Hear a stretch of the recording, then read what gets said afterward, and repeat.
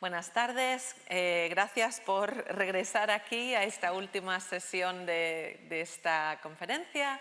Tenemos, como pueden ver ahora, la sesión de la Mesa Redonda en la que pues vamos a tener una conversación y les invitamos a todos a que compartan sus preguntas, observaciones, comentarios.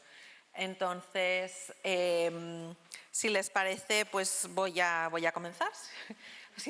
Siendo que tengo la palabra, voy a hacer uso de ella.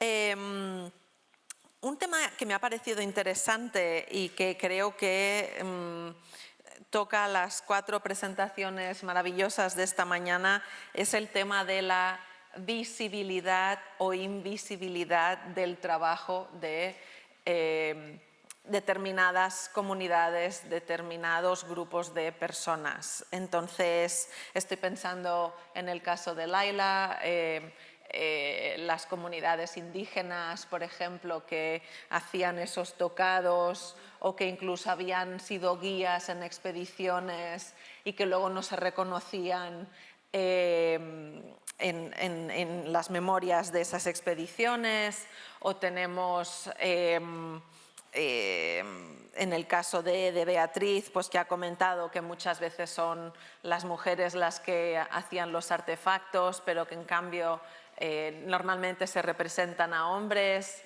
en la cultura indígena, y entonces pues que no se ve esa labor, ¿no? O incluso en el caso de la presentación del INIS se podría hablar del trabajo, el trabajo intenso, ¿no? Del arreglarse el cabello, ese trabajo de una determinada comunidad por conseguir el look que se considera apropiado, ¿no? Y en el caso de Brittany también lo que es la labor de una labor forzada en el caso de muchas personas que estuvieron esclavizadas en los Estados Unidos y que se muestran como durmiendo, como si fueran perezosas, cuando la realidad era todo lo contrario. Entonces, bueno, pues me gustaría que hiciéramos una reflexión, sobre todo como conservadoras de arte, bueno, algunas, pero creo que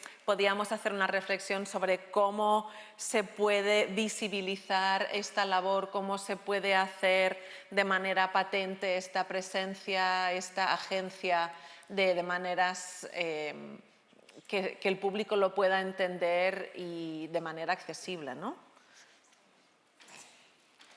Es una gran pregunta para empezar, ¿no?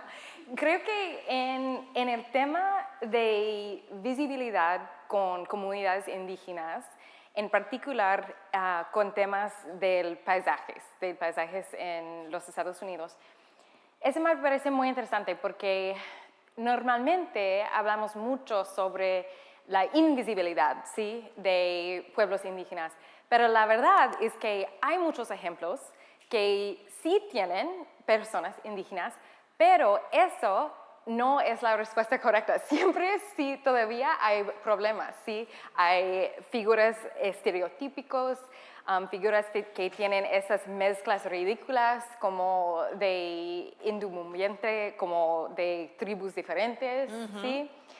Entonces, creo que hay muchos límites en que podemos hablar de este tema de representación de artistas blancos, ¿sí?, de pueblos indígenas. Entonces, creo que tenemos que cambiar el tema y como crear en mi trabajo, en el trabajo de museos, galerías, espacios con temas diferentes. Y Beatriz me recuerda mucho como cuando le pregunté esa pregunta sobre términos o esas son obras de arte, y me dijiste que no, porque estamos usando como un framework, ¿sí?, o los métodos de pensar que no son de pueblos indígenas. Entonces, a veces hay maneras en que podemos construir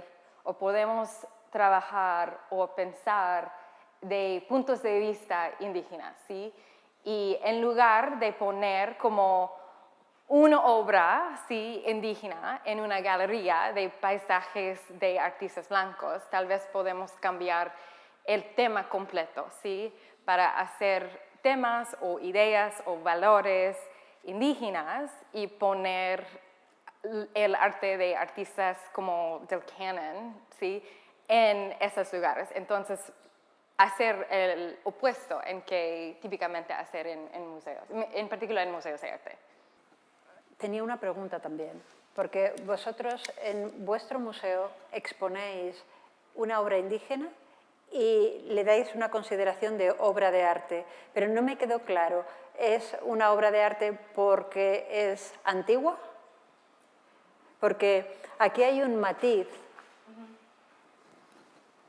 Me vais a permitir que solamente sea una reflexión, es una reflexión personal, no represento a nadie, simplemente es que me surgen siempre muchas preguntas, pero cuando un objeto etnográfico es recogido en una expedición en el siglo XVIII, en el siglo XIX, y vista con 150, 200 años después, es percibida como una obra única y se la conceptualiza como obra de arte.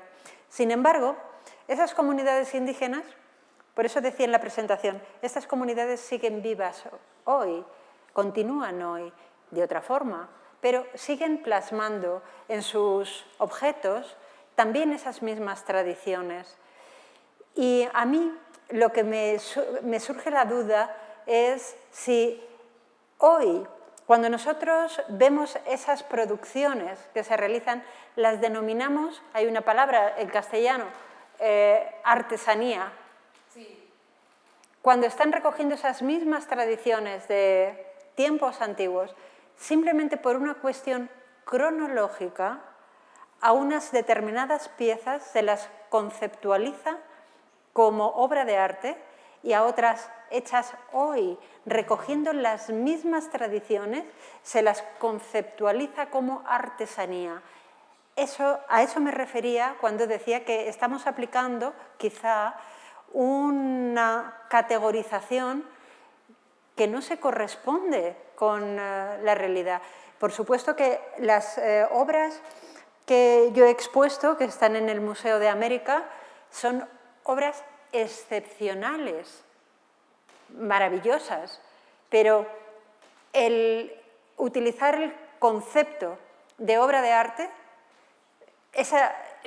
tenemos obras etnográficas realizadas en el siglo XX que también son excepcionales y cuando se han adquirido como artesanía.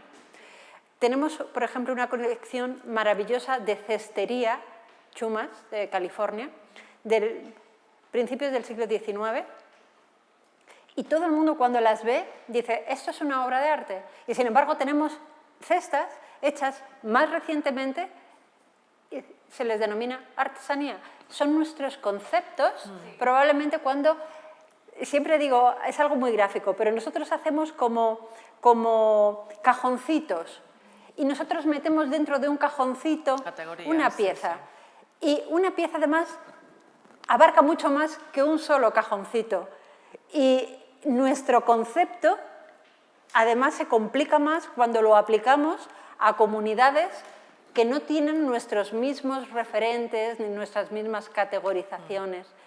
Es complicado. No es que yo no considere esas obras magníficas, que las considero, pero creo que estamos quizá aplicando nuestros cajoncitos, nuestras categorías a culturas que no necesariamente las conciben como tal.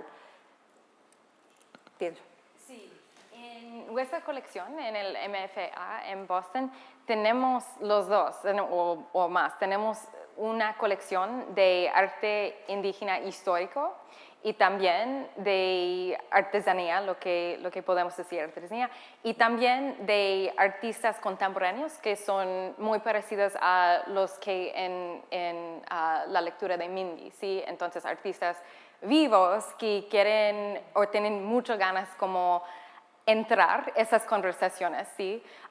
Y con obras que a veces son muy políticas, y creo que las preguntas están diferentes para ellos que para las obras históricas. Y es difícil para mí como comprender, trabajar con esa colección que tienen todos esos objetos diferentes, que todos son indígenas, pero sí, como estás diciendo, que tienen como contextos muy diferentes, ¿vale? Entonces sí, no sé. Sí.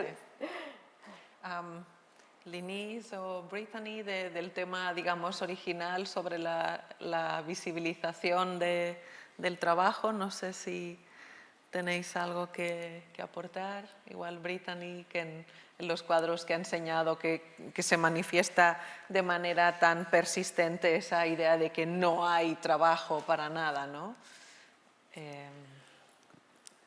Y cómo contrarrestar eso, porque hemos hablado estos días de cómo la colección es limitada, porque la colección representa la visión que tenía el coleccionista en su, digamos, bueno, pues como persona europea blanca, tenía una visión muy limitada de lo que es la sociedad estadounidense y su historia. Entonces, pues los cuadros que tiene también lo reflejan, ¿no? Y claro, pues ahora estamos revisitando la colección, entonces pues me pregunto si tienes ideas de cómo hacer eso. I'm going to answer in English. So Of course. First, I think that was disorienting.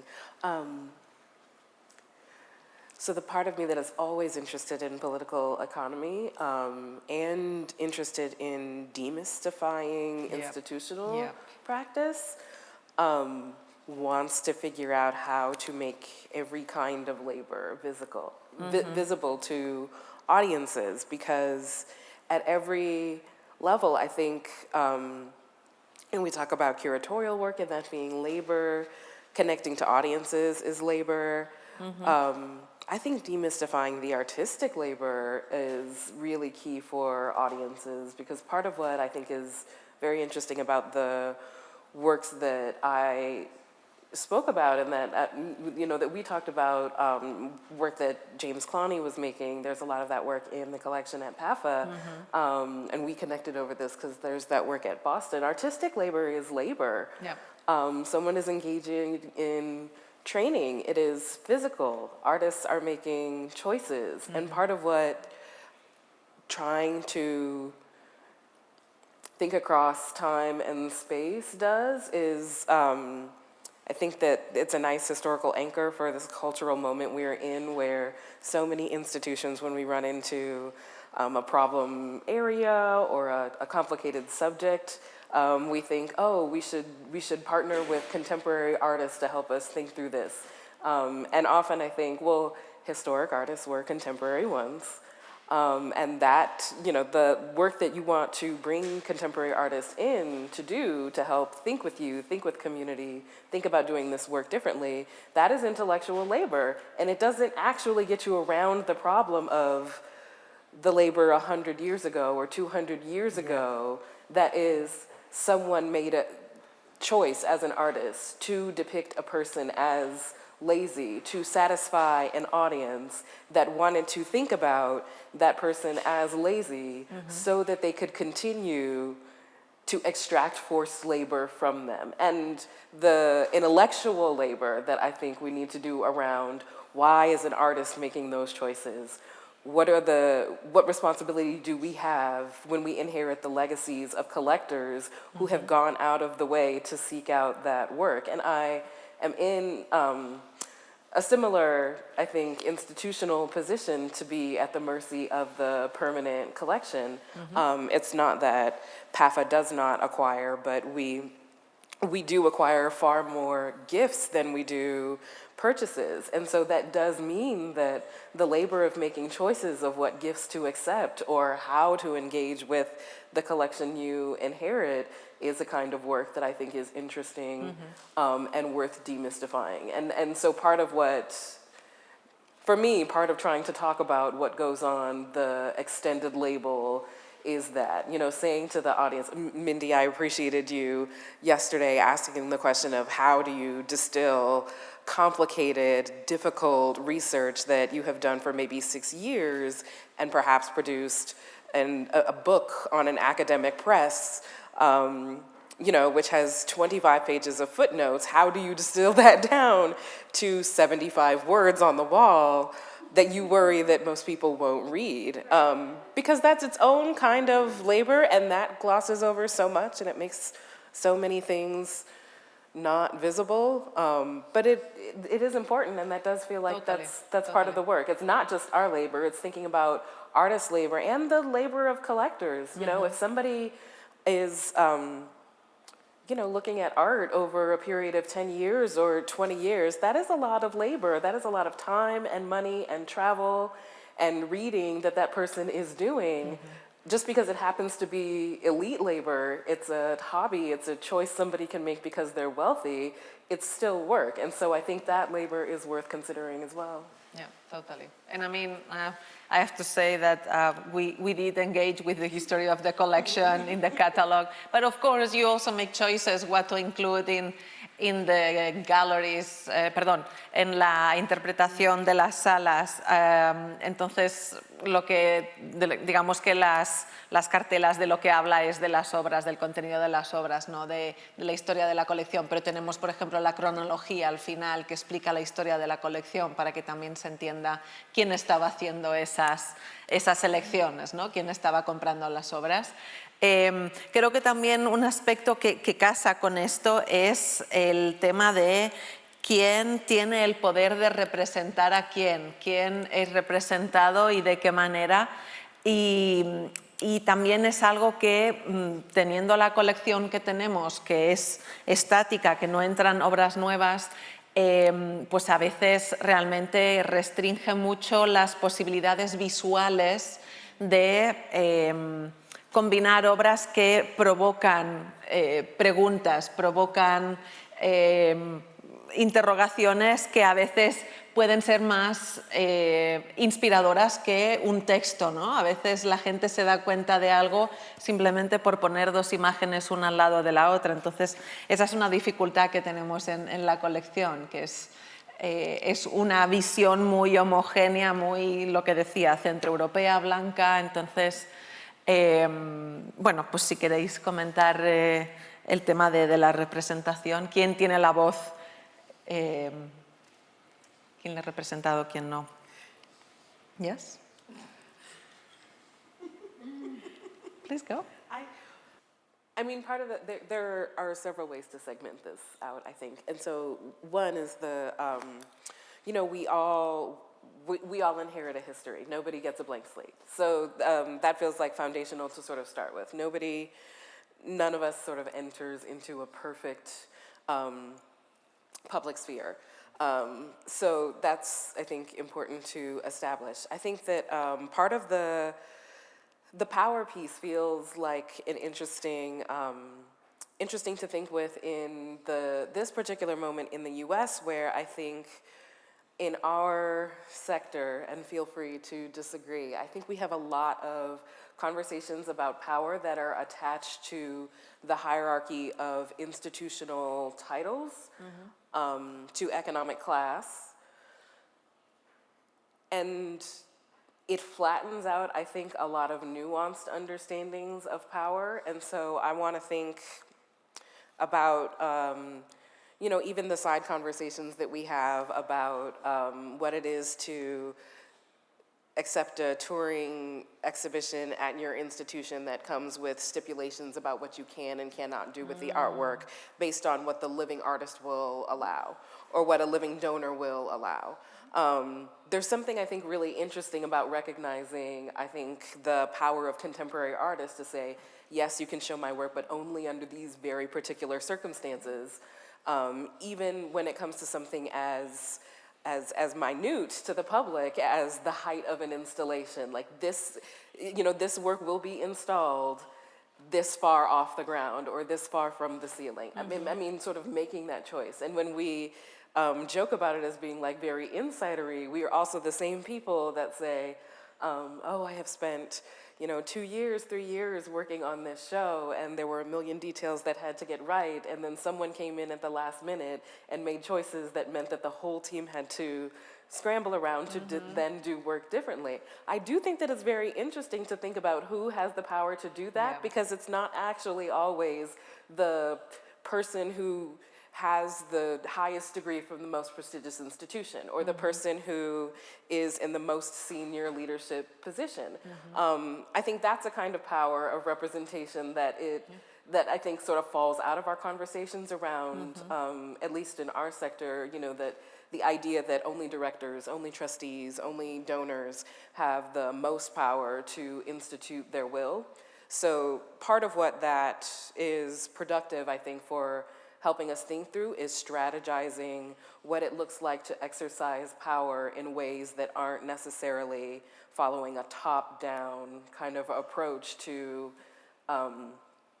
moving through this field in such a way that makes us all feel like we're just biding our time until it's our turn to be the person who is the boss of everyone. Because that is actually not I think that's the system that we have, right? That everybody is sort of waiting their turn to be in charge.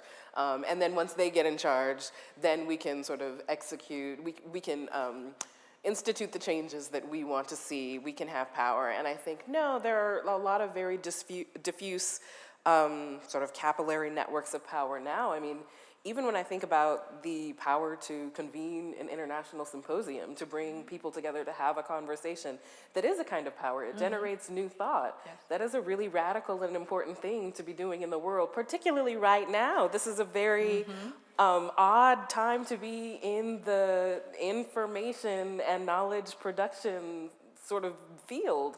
That is a kind of power that I think is really important. And I also think that, you know, because I'm at an institution that's a museum and an art school, and I know that there are others who are in university museums, students are the people that I encounter who most often underestimate their power even as they are exercising it in odd ways. So there's a way that I always think it's very curious that students expect that a particular kind of pushback in an educational space will produce results, but it does. Even down to the kinds of reviews that they leave for professors in spaces where they're asked to do that, that does impact the work, and that sometimes happens in the same conversation I feel like I'm often having with young people who are lamenting the fact that they have no power at the same time that they exercise their power as students in educational spaces. And so when I think about the power of representation, those are the levels I'm thinking about this at. What does it mean for, you know, when we talk to young artists, you are making choices with your work. When you are falling back on artistic freedom as a way to do whatever you want with the work that you produce in a conversation with an intellectual or an audience or a curator who is asking you to think about, why are you making the choices to depict what you are depicting? How are you representing figures in your work? Who are you in conversation with? Who do you think your audience is? You know, these are the lessons that I think we can take from an art history that has such a long arc with so many narrow channels for producing artwork and narrow fields for who is allowed to represent people who are not like them, because you do have an over-representation of you know, deceased white men who have had a lot of power. Definitely. You're making me think, Brittany, about how, like, on the one hand, it is an incredibly divisive moment that we're living in that makes a convening like this incredibly radical, and also just these discussions about power coming from different levels or maybe like unexpected places within institutions. On the other hand, I think that we are seeing an amplification of that and a sort of move away from like what you were sort of describing in terms of like waiting your turn, which is a very old-fashioned, right? Like just in all kinds of institutions, like academic institutions, right? Whatever, you sort of, have to wait until someone like dies or retires, and then you finally get to like live your dreams or whatever. But I think that at the same time, when it's a divisive moment, it's hard to do things. This is also a moment where in art museums, we are being held to greater accountability than ever before. And so in that case, it's actually a much more opportune time. And what I always think about when I think about some of these changes that you're describing, where it's not actually just up to the most senior people within these institutions to make important decisions, part of that is because we are now feeling pressure to reach out to communities more, to be more sort of visitor focused, some of these questions about community engagement that came up yesterday. But also, I think what has been most exciting for me is to see and learn the ways in which very old institutions can create new jobs. So at the MFA a couple of years ago, we changed our education department. It was renamed Learning and Community Engagement, a movement which I am very, very pro. And the chief of that department, again, this is a brand new position, is the first Black woman to ever have an executive position at the MFA. And that is like what can happen, right? We also have a liaison, so a full-time director of academic engagement, I believe is her title. And because Boston is, for those of you who have been there or know Boston, it's basically just campuses. It's like just like university campuses, like a group of campuses. And her job is to just try to connect the work that is going on at the museum with work that is going on in all of these different universities and colleges, all the way from community college to Harvard graduate programs, right? To me, the fact that that is a position that did not exist before is miraculous, right? That like, this is like, we have the power, like different types, but like one of the powers of an institution is to invent something new that did not exist before. And I hope to see many, many more creations of new types of positions. One of the things that I love that you mentioned accountability, but I think we don't talk enough about the fact that accountability is a relationship. Mm-hmm. And so one of the results that I think I'm seeing from a lot of those kinds of changes is that we don't talk enough about what it means to create these positions or to create fellowships, to create pipelines, to create new systems of accountability where we want people to be accountable to audiences that are diametrically opposed.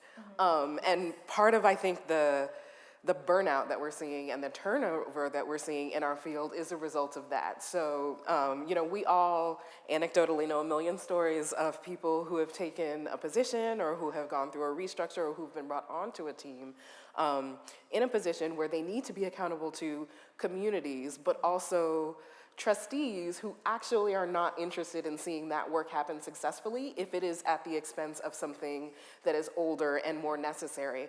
And we don't have public conversations about what it means for somebody to be accountable to those two different constituents, because the problem is the public cannot fire you, and you are accountable to people who can fire you. And this is fund everything.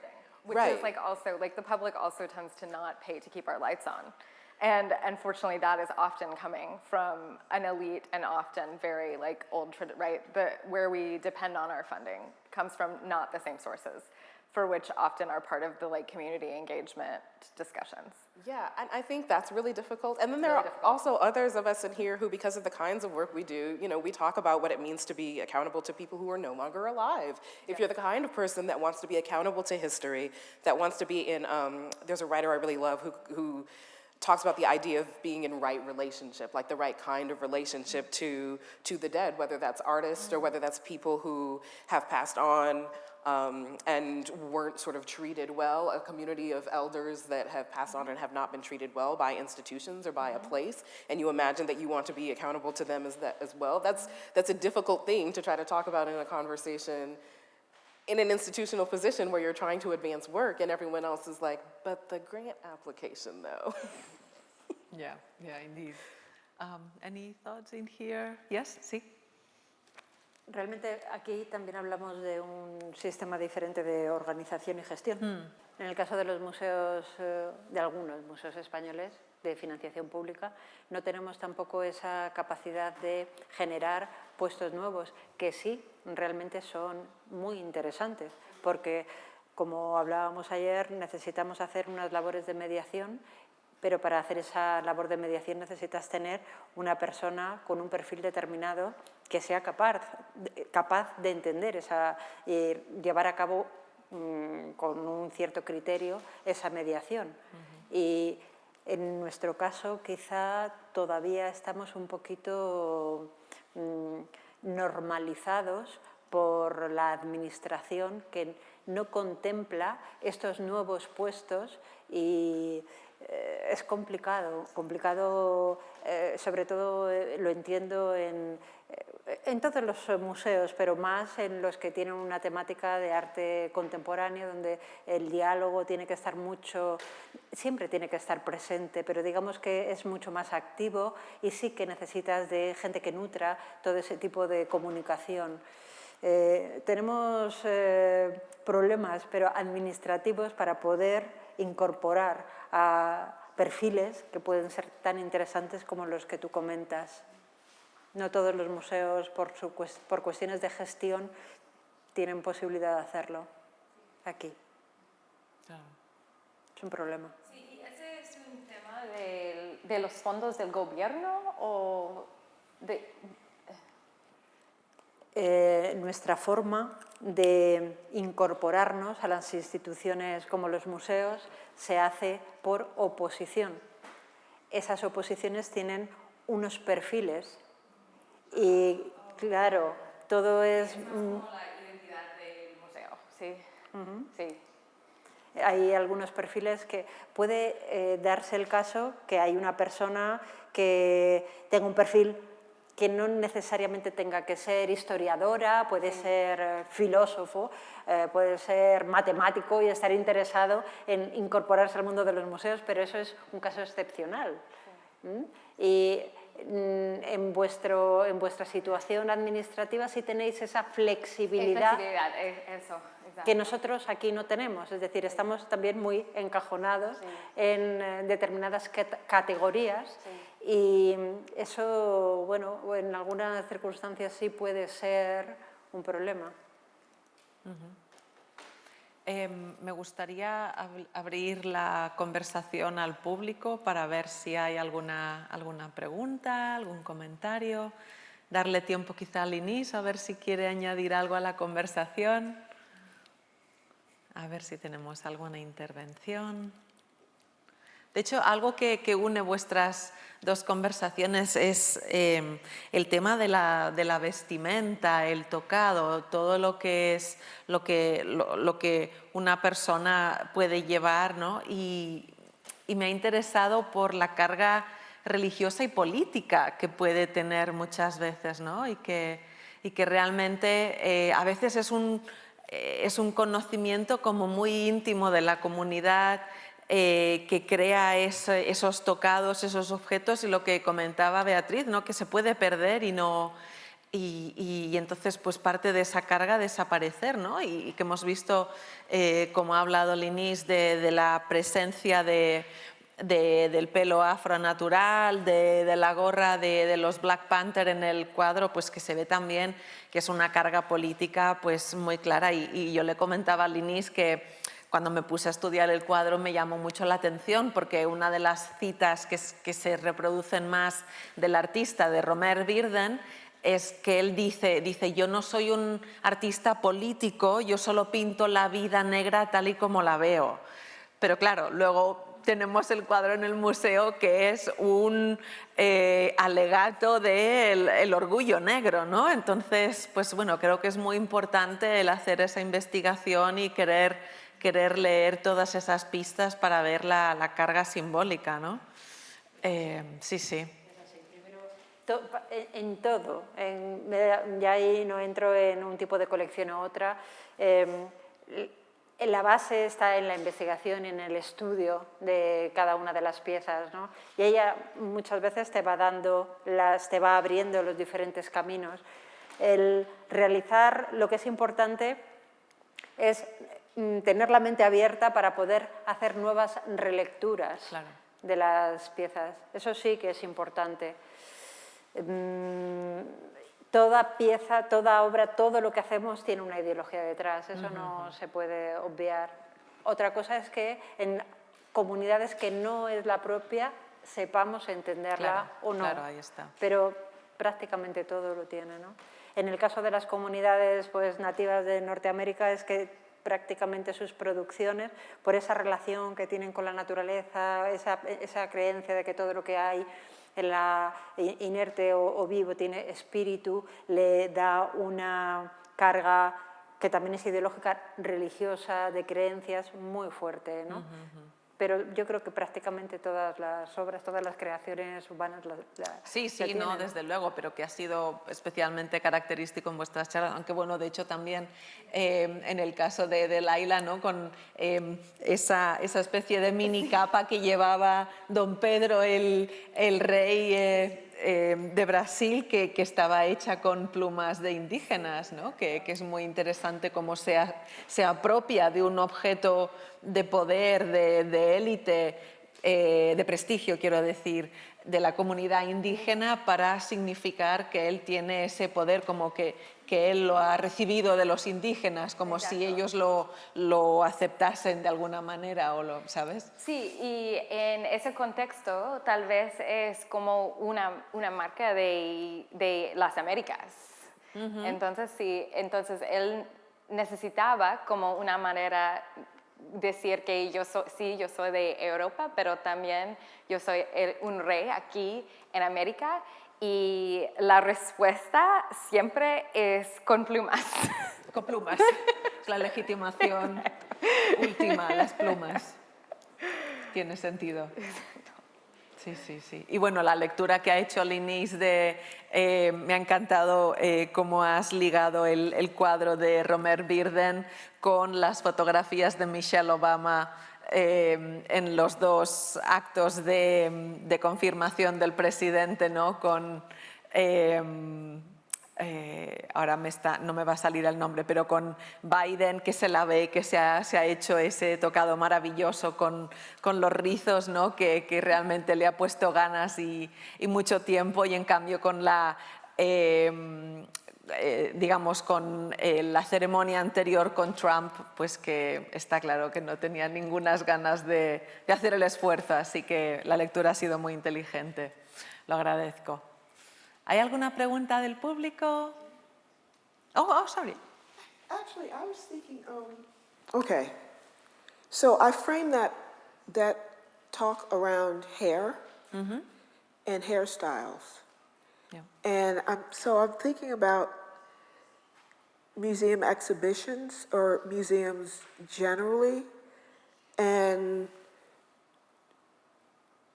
if it's, well, I mean, sure, I gotta figure you can do that kind of a pivot so that you situate the whole story at some other starting point and work from there, as opposed to the more common point that people are thinking about something. Or, I mean, you talked about decisions.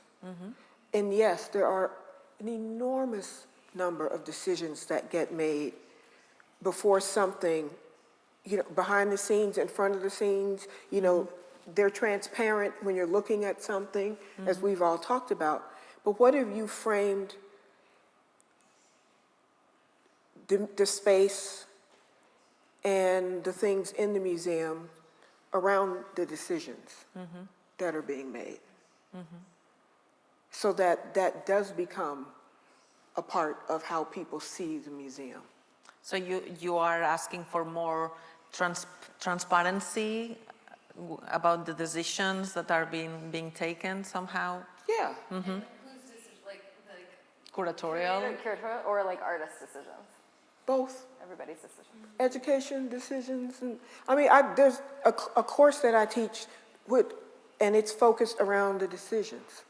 It's called Art and Sports in the Americas, but I start off setting it up. I show an image and I ask what they see, and they tell me, the content and everything, and then I tell them what I see is a series of decisions. And then I talk about all the decisions that were made, and then the rest of the course is about looking at images or looking at objects in terms of the decisions. The decisions in terms of media, the decisions, and and if you're talking about media, then I'm going to we're going to talk about what else was possible at the time. So that, and that's usually how I juxtapose that information. We look at what else people, other mediums people were using, and then we ask the question about what was being used. But I mean, what if you organized, wait, not how exactly, and I know that you could do this, but then again it comes back down to the power thing. Mm-hmm. Would somebody actually let you do that? Because it's definitely possible. Mm-hmm. I think we have to figure out a way to get the publics that we engage with to be comfortable with the fact that sometimes that is not going to have the same kind of polish that people tend to expect from museums, but that is intentional. It's sort of like taking a garment and turning it inside out. Or showing them a storage area. Yeah, yeah. And I do think that... Which people do. Well, I think some of us have very scary storage areas. There's like legal issue. Like there's all kinds of like weird museum things, but we actually can't do that for legal issues. But I mean, the Met has a whole space where they construct... That's an open storage. That's different. That's not actually storage. It's like a fake... It's a construction of storage. It's like the false patina. Yeah, it's like the false patina. They're good at that, yeah. Well, I mean, that's possible too. I mean, I put that in an exhibition. I constructed a storage space based on 8 different museum storage spaces. So... But I think so in my mind, I think when I think of the most, the scariest storage spaces I've ever seen, I always think, oh, it would be so productive for audiences to see behind the scenes how terrifying this is. Yes.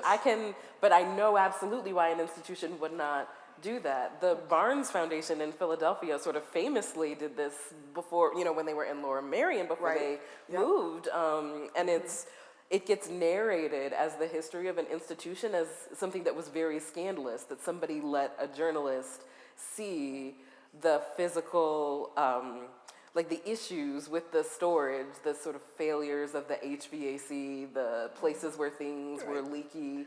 And it became a sort of nightmare and a public relations thing to manage. And part of what I think the public doesn't understand when something like that happens, that I really wish we could be more forthcoming about, is when something like that happens, I always think an institution has a budget, which is a moral document, and when something like that happens, that means somebody takes funding from over here that would have gone to programming or hiring or a community initiative, and they move it over here, and it goes to public relations and media consultants and maybe lawyers. And so from the outside, what looks like a lot of just sort of like media noise, on the inside, we know, well, I had to cancel a whole exhibition because you took all this money to spend on, these PR consultants or these media reps, or these, we got into the game of spin, and that cost money. All of those individuals cost money, and so that meant that we had to cut something that was really substantial. And this is something that happens in institutions all the time, and I think that's why people in leadership positions get a little shy about it. And so that's, I'm wanting to sort of to be a little transparent and nuanced about saying, okay, even when we get upset with people in leadership positions about the choices that they have made, part of what we are not talking about is that all of those choices come with a cost, and we have not yet figured out a way to be transparent with the public about the relationship between decisions and cost. Yes. Let's see what Paloma wanted to say. Voy un poquito más atrás en el tema de un poco cómo presentar determinados objetos, artefactos, obras de arte. Y me gustaría que Lenise hablara de un proyecto que hizo hace unos años, que era muy interesante porque los mismos objetos, artefactos, artesanías, estaban expuestos exactamente iguales en un espacio doméstico, en una galería de arte y en un museo. Y según en la misma exposición, fue una exposición que tuvo muy pequeña, pero con muchísimo eco y que daba muchas pistas a ese poder que tienen los museos y cómo un mismo objeto expuesto en un ambiente doméstico, en un ambiente comercial y ese mismo en un museo, la interpretación es completamente diferente, ¿no? Y es un poco también lo que hemos estado hablando esta tarde, ¿no? Cómo desde un punto de vista museístico tú puedes ofrecer muchas interpretaciones que en otros ambientes esos mismos objetos no tienen, ¿no? Y bueno, Lenís nos puede contar un poco más, porque aquello fue una experiencia que tuvo bastante eco y que da muchas claves para este tipo de interpretaciones. Okay. The exhibition was at we started talking about this, Mindy, it was at a community college in Bridgeport, Connecticut. And after they had me figure out what African art objects they had, I told them I determined that they had about 650 something pieces. Wow. And at that point, they asked me to do an exhibition and show all the pieces. 600. 650 something pieces. Okay. And so,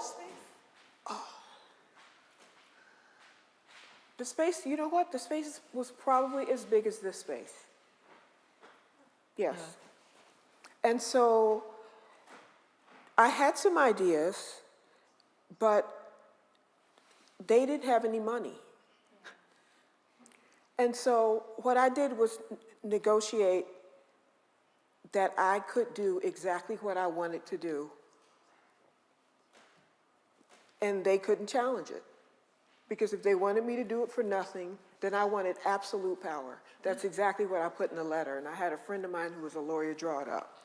So, because absolute power in that situation was priceless. And so I drew it up, they signed off, and I said, fine, I'll see you at the opening.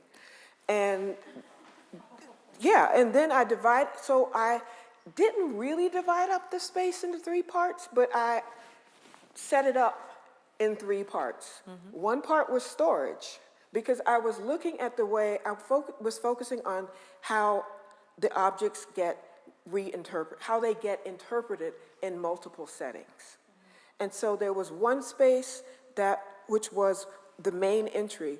I set it up to look like a living room, because I knew that African art entered the American market and art market through collectors in their homes. So it was set up in, Bob's furniture was across the street, so I went across and talked to Bob and arranged with Bob to get some furniture from the store. And so I went and picked out all this furniture, and I set it up to look like a living room. So I didn't hang the objects at 56 or whatever the museum level. I hung it in the way people would have it in their houses, as well as I was looking at Crate and Barrel catalogs. I was looking at Pottery Barn catalogs. I'm looking at all these domestic spaces where people have African art. And I was also speaking to the people who own the objects before that, because I found the files and I made files for them. And so then I could actually call people and say, and there was one really interesting mask that when I went to hang it, I knew that it would have been upside down, because I knew how it worked according to the books, the art history books. And so I called the woman and I asked her about the mask, and she said, and I said, how did you hang it? And she says, well, I have the nails and everything there. They were there when I donated it. And I said, yeah, they're here. She goes, well, just hang it up like that, honey. She said, and then just flip the hair over like Farrah Fawcett. And so I said, well, all right, I will do that. And so the hair was not hair. Anyway, it was not a face, but this is how she interpreted that. So actually I asked each person if I could record the conversation, because I took when they said things like that, I put it in the exhibition. That exhibition had, up to 5 objects of the same type of object, which is part of how I decided to do it in multiple spaces, because then I could take the same thing and put it in 3, and people would get the thread. So the other version of that mask was flipped the other way. And so I situated that in a museum space, because there was a domestic living space, there was a museum space, and there was a museum storage space. Because in each of those spaces, people are defining that object and redefining the object. So in the museum space, in the label, I pointed out that this was a same type of mask as the one in the domestic space, which you could see. And I talked about how she said, flip the hair over to make, so like Farrah Fawcett's hair, and that I had done that in that area. And in the museum, in the domestic space, I didn't have labels because it's a home space. You don't have labels in your house. And so, you know, and things are hung at different levels, and things are on tables and cushions. So I used, anyway, so it was set up that way. And instead of labels, I had some friends in graphic design. This is when I was in grad school doing this. So I had my friends in graphic design design a magazine. And that's where we put all that information, and we put it on the coffee table. So the information was there. And and it directed you to the various masks. So, and then in that space, there was one sculpture that was taller than I am, where it was a figurative piece, and the hands were positioned like this. And when I spoke to the man who donated it, he said he put his mail there. Yeah. So I put it in the front by the door, and I put mail in it. Yeah. There was a television monitor, because, you know, people watch TV in their houses. And I produced a video that had a lot of different ways that African art was appearing in the media. So I had there was a McDonald's commercial where a woman walks into a shop that she works, one of those shops that sells African objects. She puts her bag on the counter, and they had an animated, the aroma of the fries weaves itself around the store, and all the objects start dancing. So I had the commercial. I've been collecting this stuff for years.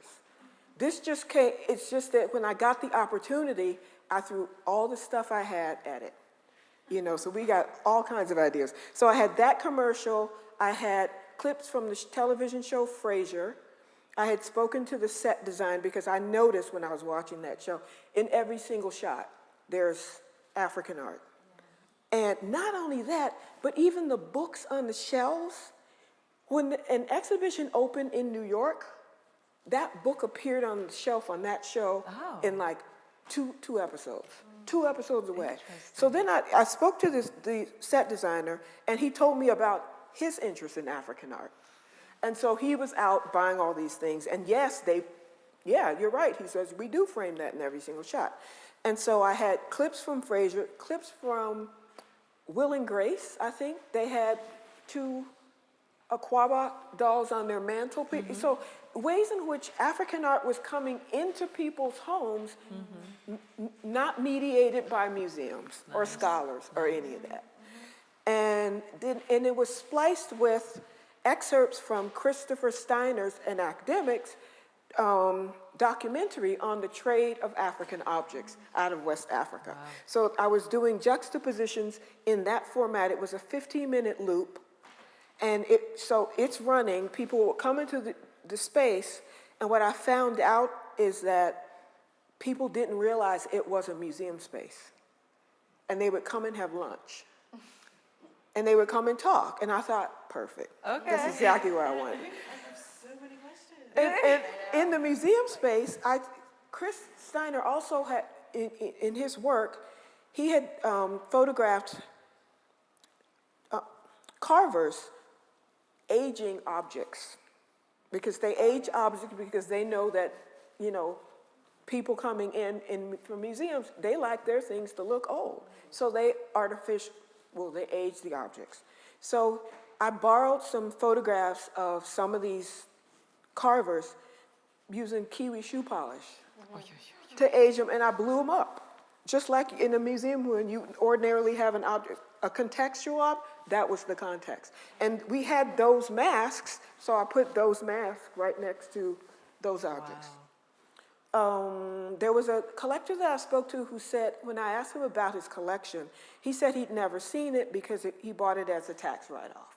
So I put all of those objects in a vitrine and talked about the fact that it was a tax write-off and the man had never even seen the objects. And did it change the way you saw the objects? There were questions in every single label.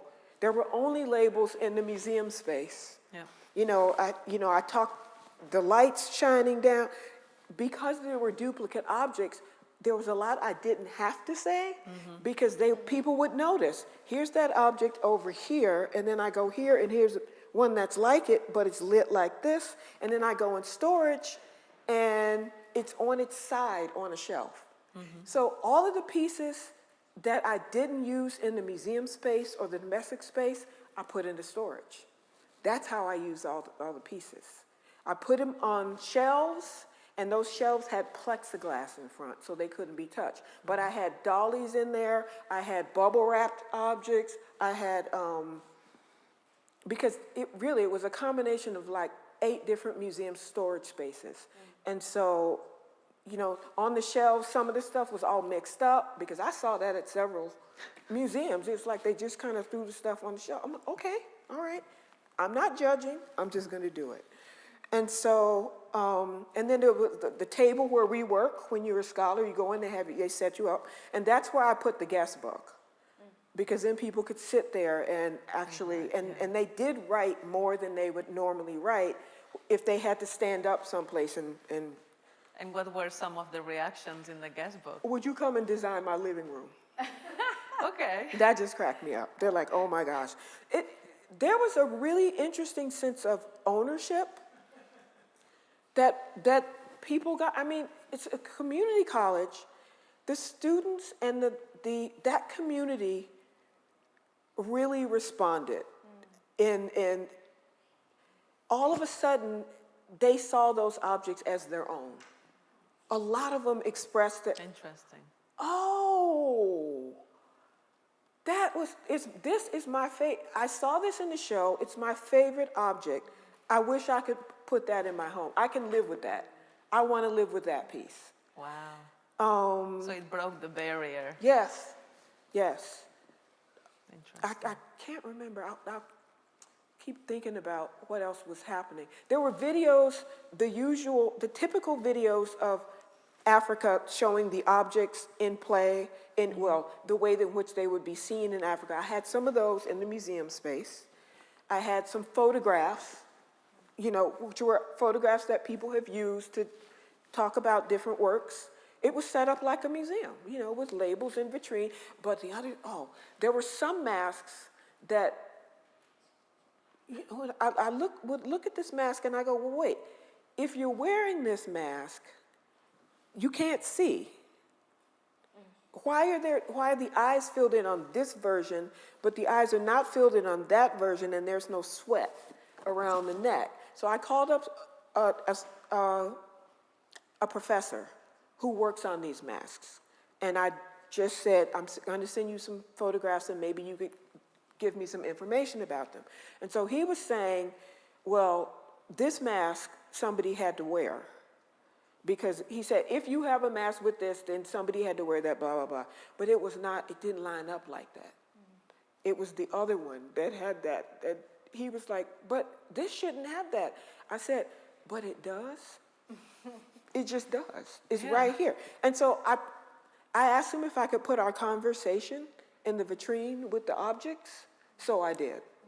So that people would understand that, we don't, to undercut authority, that's what I was trying to do, to undercut museum authority in as many ways possible, Wow.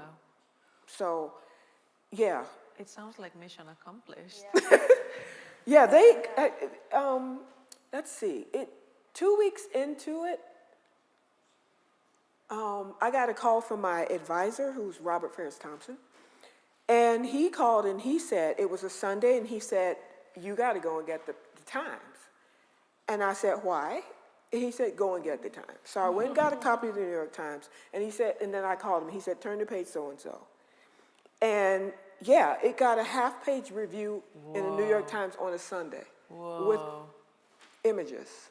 And he got it. I don't know who this person was, but he got it. Okay, so congratulations. I'm like, oh, okay, that worked. All right. Okay, can I ask what the budget for this project was? Oh, how much did I spend? Because I spent my own money. I went to Home Depot and got paint with my daughter, who was 7. I bought her a set of makeup brushes and taught her how to clean objects. It was my money. I spent $400 and something. Wow. Not included. And who produced the videos and the labels and your friends in graphic design? I mean, I did.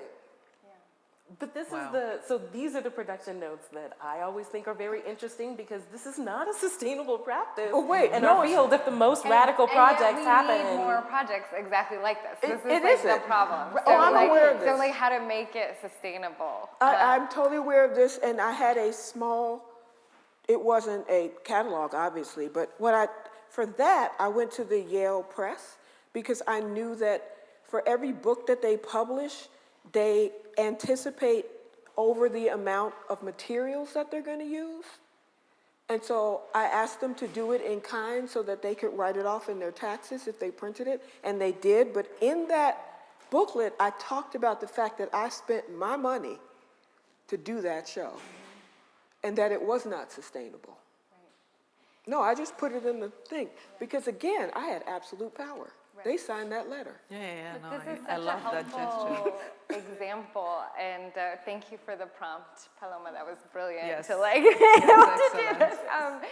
But you know, because instead of the discussions, you know, that we had, which you mentioned today, Brittany, that Maggie had brought up, the question about like juxtapositions or interventions, or even like, you know, I have been thinking about like maybe we change like the theme of a gallery, like, right, to be more sort of either to be from a different perspective or to be sort of more elastic to allow for more different types of objects. But what you're discussing is like not only like a change of the gallery space, but like actually of the visitor's like experience as a whole, right? Yes, because they have to be able to see it, to experience it differently. Because if they're going to experience it by walking into a gallery and seeing things and seeing the labels, that experience is not going to change. They may or may not understand the juxtapositions, because their bodies will physically be doing the same things that their bodies do in exhibitions where that does not happen. I also think one of the biggest ways of undermining, because I think, you know, it's interesting, I think you're undermining museums' authority, but then you're also using like standards of museum authority too, right? Exactly, but I also explain them. Right, exactly. So. And so I think there's an interesting tension there. Yes. But I would say one of the biggest ways that project undermines museum authority is the fact that it took place at a community college, right? Yes. So like you Yes. went to them in this sense, and even if that project had been right at like MoMA instead, their barrier and having the students and community like connect, it would not be the same, right? Like if it was there, like it really has everything to do with the fact that it was like not inside of a traditional museum. Okay, the Yale Art Gallery asked me to do an exhibition after they came to that show. I bet they did, yeah. And I bet everybody did. And the first thing I said to them is, you like this, but you will not get this. And they said, why? I said, because you will not allow it. Watch. And, you know, they've got unions in that museum. So I couldn't even touch objects. And they could only bring the object out to me at certain times of day. I mean, and so I wrote it all down, and I said, yeah, I'm doing your show, but look, here's just what I told you. You're not going to get what I just did, you know, because your system does not allow that, and you will not change your system. So.